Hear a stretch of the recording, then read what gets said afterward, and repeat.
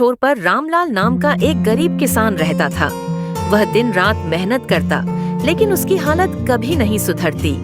दूसरी ओर उसी गांव में एक अमीर आदमी सेठ धनराज भी रहता था।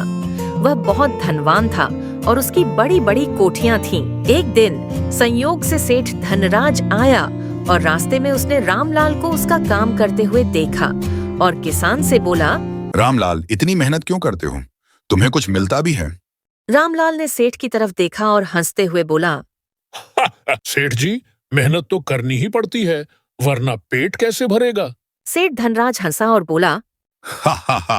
अरे, अगर पैसा हो तो मेहनत करने की जरूरत ही क्या है? देखो, मैं कुछ नहीं करता, लेकिन फिर भी मेरी तिजोरी हमेशा भरी रहती है। रामलाल ने बड़ी ही शांति से जवाब दिया, सेठ जी, आपकी तिजोरी में सोना चांदी हो सकता है, लेकिन मेरे पास जो सुख और शांति है वह शायद आपके पास नहीं होगी। सेठ धनराज थोड़ा चौंका। कैसी शांति? क्या तुम्हें चिंता नहीं होती कि कल क्या होगा? रामलाल ने मुस्कुराकर कहा, सेठ जी, मैं मेहनत करता हूँ और जितना मिलता है उसी में खुश रहता हूँ। मैं रोज चैन की नींद सोता हूँ क्योंकि मेरे पास खोने को कुछ नहीं है। लेकिन आपको देखिए, आपको हमेशा अपने पैसों की चिंता रहती होगी। अगर चोरी हो गया तो, अगर व्यापार में नुकसान हो गया तो।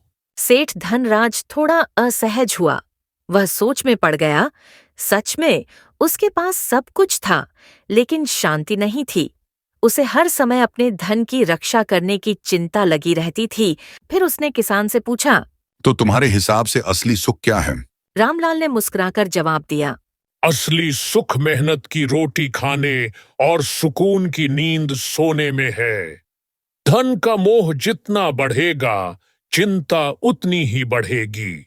सेठ धनराज अब समझ चुका था कि असली खुशी केवल धन में नहीं, बल्कि संतोष में होती है। उसने रामलाल को धन्यवाद कहा और अपनी रास्ता चला गया। लेकिन उस दिन के बाद उसकी सोच हमेशा के लिए बदल गई।